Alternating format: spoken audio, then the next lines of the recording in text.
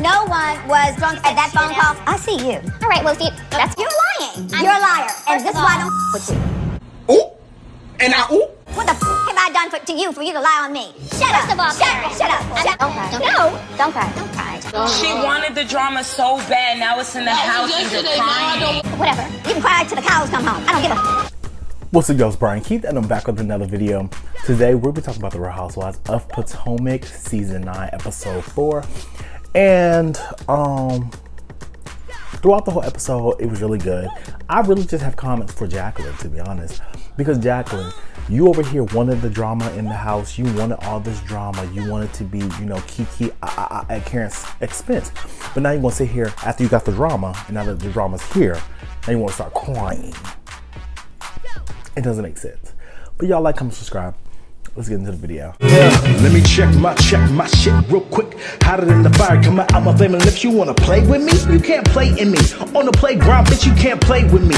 Got it, want it, securing the bag. Start with left off with Karen over here talking to Mia in the car, and Mia's trying to, you know, get her to talk about the court case. First time. I'm not saying I effed up yet. I want you to wait for that. I'm not admitting anything. Own it. I can't talk about it. And, you know, her citations and all these things. And Karen's not budging. She's going to deflect. She's not going to bring it up. So the conversation gets on Stacy. And Mia's like, you know, Stacy, she's a cute girl. You know, she's this, she's that. But she's just boring. I just think she's very boring. She's just not my type of girl. And I'm looking at Mia like, your life is very much eventful. But I really do think that Stacy embodies what Mia actually wants to be. Stacy. She's just not that interesting. What? Okay. And I feel like Mia is over here trying to pick at Stacy, because Stacy really is the girl that Mia wants to be. Mia, you know, had the, because Mia talked about, oh my God, her valley voice. She's so valley, so, you know. I'm like, Mia,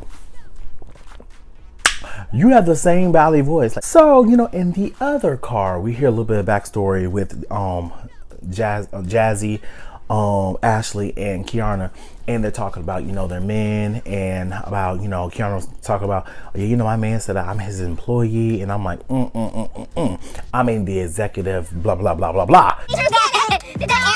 Greg is 42, so I feel like it's not too far. Makes sense. Not too far in age. You know, we both own businesses. He owns a mental health facility too. Like, I'm not that. I'm just doing my business is running by itself. It's gonna run regardless. I'm making money regardless. So I'm just over here helping him. Cool. And Jazzy talking about, well, you know, with my man, you know, I'm his first real relationship, like legit relationship. Even though he has 3 kids, I'm his legit relationship. And I'm just like, girl. He has a lot of experiences that I've never had. Yeah, I'm the opposite with Darius and I, actually. What is your age gap? 3 years. Oh, that's good. That's good. Oh, it's perfect. Cool. You know, you're the one that locked him down, girl. No, Ashley tries to, you know, bond, but Ashley is not really giving. Sorry, sis. So Wendy and Giselle talked to Jacqueline, and they're like, Jacqueline, yeah, you know, I heard on the plane, Jazzy was just like, yeah, you know, you're the sidekick. And I guess there was some situation that happened where, you know, Jazzy told Jacqueline, like, you know, I think, you know, you're like me a sidekick. And Jacqueline's like, I'm not me a sidekick, so I don't know where she getting that from. And I'm just looking at Jacqueline like, you can say whatever you have to say to denounce the rumors, or to denounce the, you know, the clear characteristics that you present. Like, even when you're trying to defend yourself, like, you still walk into the stereotype of, you know, of being Mia's sidekick. She's calling me Mia's sidekick. There's no comparison between myself and Jazzy, no offense. Oh, wow, okay. Not in my 40s. You want to be Mia's number 1 so bad, and it is just, it's not cute. You know, we get to the house, and Mia has the concierge, and for it to be in North Carolina, I'm like, yes, it's actually gorgeous. You know, they have people basically waiting at their hand and foot, showing them to their room. Kiana and Stacy have the worst room. It's like the bunk beds, but they're gonna push the beds together. It was what it was. I know me, like, when I go on vacations with friends, I went on like a 12-person, you know, cabin trip. It is what it is. I personally would like my own room, but you know, it's just me. So I just think with Housewives, you know, they always go like, who's gonna get the best room? Who's gonna get the worst room? And it's funny because, like I said with Jacqueline, I just really just stated this about being her sidekick. Mia and Jacqueline sharing a room. You know, Wendy got her own, you know, nice room because she celebrated her birthday. turning 40. But Jacqueline, I'm like, you're not beating the allegations, girl, by any means. Like, you seem like you're in Mia's back pocket, and that's just what it is. So, when the ladies heard you on the plane saying that I'm Mia's sidekick, they were listening too hard. That was never said. So, you know, all the girls sit down, and they're over here eating lunch, trying to get settled in. And Jacqueline brings up to Jazzy, like, you know, you call me a sidekick. What is that about? And Jazzy was like, you know, you are a sidekick. Everything you do, you want to try, you know, you want to try to be above everybody else for Mia's approval. Like, you basically go so hard for Mia. If Mia tells you to jump, bitch, you're jumping on top of the house. Anybody's sidekick. I am the main course, honey. I am giving the full-bodied everything, honey. The steak and Jacqueline then makes a fool of herself talking about, I don't have to do anything. Look at me. Look at me. Look, I'm all of this. I am beautiful. I'm smart. I am talented. I am this. And which can all be true. But in this moment, you're still going to be a sidekick. The fuck? the hair, the body, the intellect, the finesse. Woo, the self-esteem. Giving it. The neck up, for sure. I'm giving it. And then Jazz is just like, I mean, from, you know, from neck up. Yeah. And that could be taken in different directions. Like, she did later on explain that she wasn't trying to like body shame her, but she just said like she didn't like her outfit. Jazzy starts to say, like, you know, at the end of the day, I made my comments like, you know, oh, I could be a better sidekick to Mia in a joking way. All the other girls took it as an interpretation like, girl, y'all fighting to be a sidekick. Crazy. But Karen gets brought up because Jacqueline has been saying a lot of things and been saying that Karen called her drunk and intoxicated. And when I say Karen let half, No one was drunk at that phone call. I see you. All right, well, you're lying. You're a liar. And this is why I don't with you. and Jacqueline, you're a better bitch than me, because how are you going to sit up here and you have ammunition on Karen, legit ammunition on Karen, and you didn't expose it. You just sat there and then you then start crying. And like I said, you wanted the drama at the other event that they had, episode 1. You were here like, Yeah, I heard Karen was drunk on the phone. She called me. but then now, instead of defending yourself, you're saying you're not lying because Karen called you every which way but a liar. Now you want to sit up here and start crying. Like, save the tears for somebody else. What the f have I done to you for you to lie on me? Shut up. First of all, Karen. Shut up. I'm not lying on you. Don't with me. Don't. No. Don't. Like Karen said, cry me a river somewhere else, because at the end of the day, you wanted to talk shit, but now that I'm coming to you in your face, you have nothing to say besides, oh, I'm not a liar. Prove it. You can't, and that's the problem. You cannot. I feel like Karen's deflecting. Hell yeah. But did she deflect good? She did. Like I said, Stacey, she does show up. Karen takes her outside and they talk about, you know, a lot of different things, but Karen dropped the bomb that Stacey is boring. Yeah, they say you're boring. Boring? Who said I was boring? No name calling. You better tell me. It's a general. Stacey really, it doesn't really affect her because she's like, you know, I'm getting to know these ladies, so if you think I'm boring, it is what it is. But that got brought up into the conversation, right? Stacey, she's over here just stressed about the whole situation with her, you know, soon to be ex-husband, because the closer they get to this mediation, and they're going to have to tell their daughter sometime, and you don't know how that's going to react with kids, because I know with me, when my parents got divorced, at that time, I just knew that we lived in separate houses. But once it sunk in that, you know, my family unit is now broken, like I told my mom this, I just felt like there was no consideration for me. And also, it was the added pressure that both of my parents moved on very quickly. My dad got remarried within under a year, and I felt betrayed that he left my family for another family. And then my mom, she's dating someone else as well. And I was around 6, 7, 8. I knew all these, and I knew the feelings I felt were weird. We just never talked about it until I was like a grown-ass adult. And as a kid, I held so much resentment towards my step siblings because I felt like they took a part of, you know, they had the opportunity to spend time with my dad and see who he actually is. Because once you become a teenager, you start realizing a lot more than, you know, you're a kid. So I felt like they experienced something that I never had. Because looking back on like the roots is, once my parents got divorced, I just feel like so many different things. It was just a snowball effect of just a lot of trauma that just happened, right? I don't know that I'm prepared to do that. My parents is 8. She's no fool, and you don't want to be a liar to your daughter. So, like, I'm gonna piggyback on where Karen was talking about, you know, oh girl is boring, this and the third. And I always find this funny. When the women come onto the show that are uberly successful, then the other girls want to be like, oh, they're boring, they're this and that. And Karen, it's funny that you say that about Stacey. You're relaying the message to Stacey that, you know, Mia called her boring. But I could have sworn back in season 5, you did the same thing to Wendy. You said that Wendy was boring, she was uninteresting, her accolades was, oh, just whatever. And you basically reduced her down to just another bitch walking onto the show.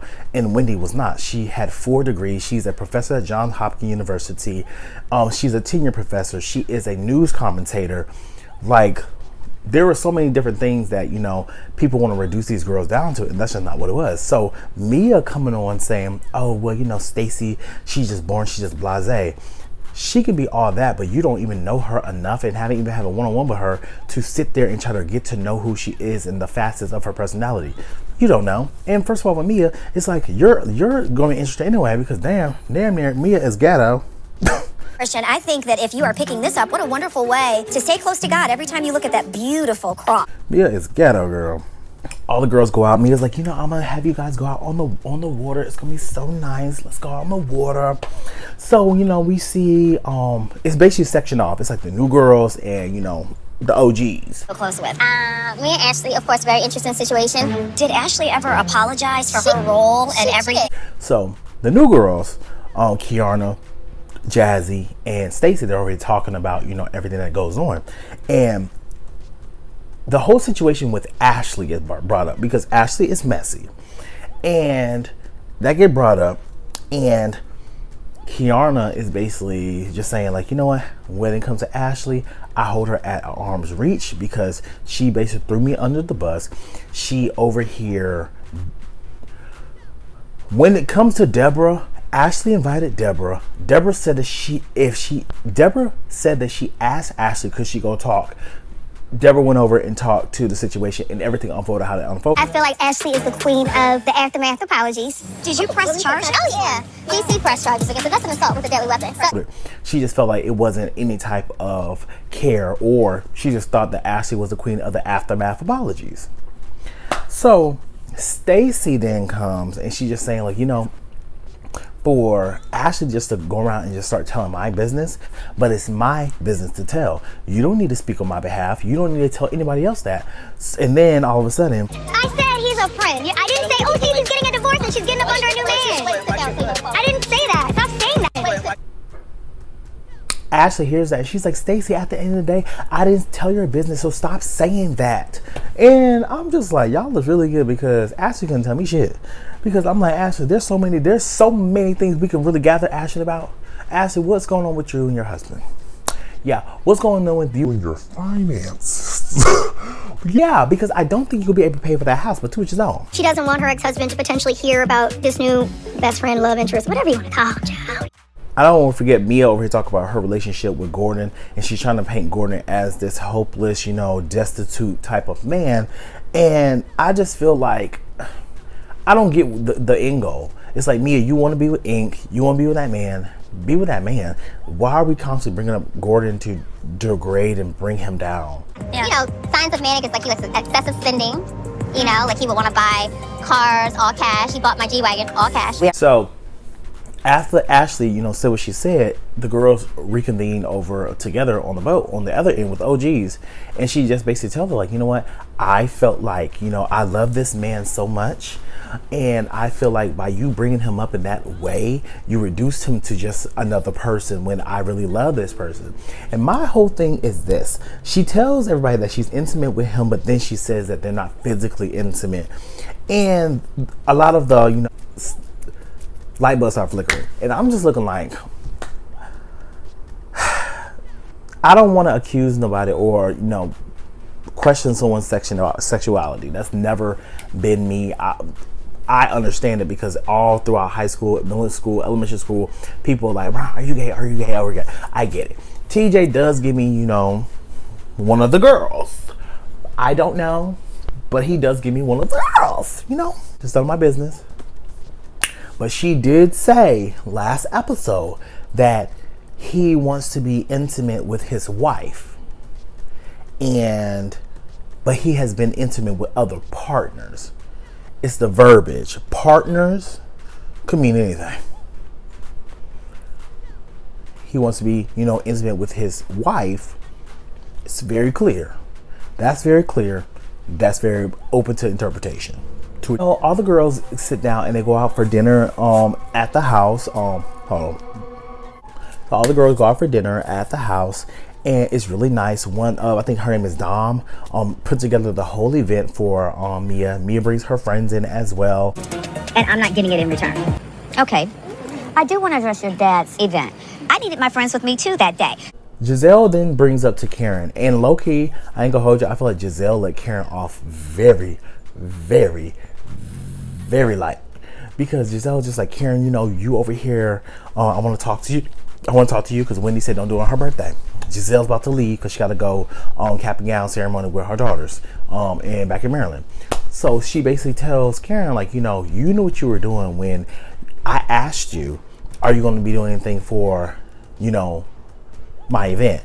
You said no. You said you're going to try to be at both. An award, right? Remember? Yeah. Mine is earlier on Friday, but I won't miss your event. I'll be at your event. Okay. I'll be at both. Right. One, Karen didn't even make it to Giselle's event.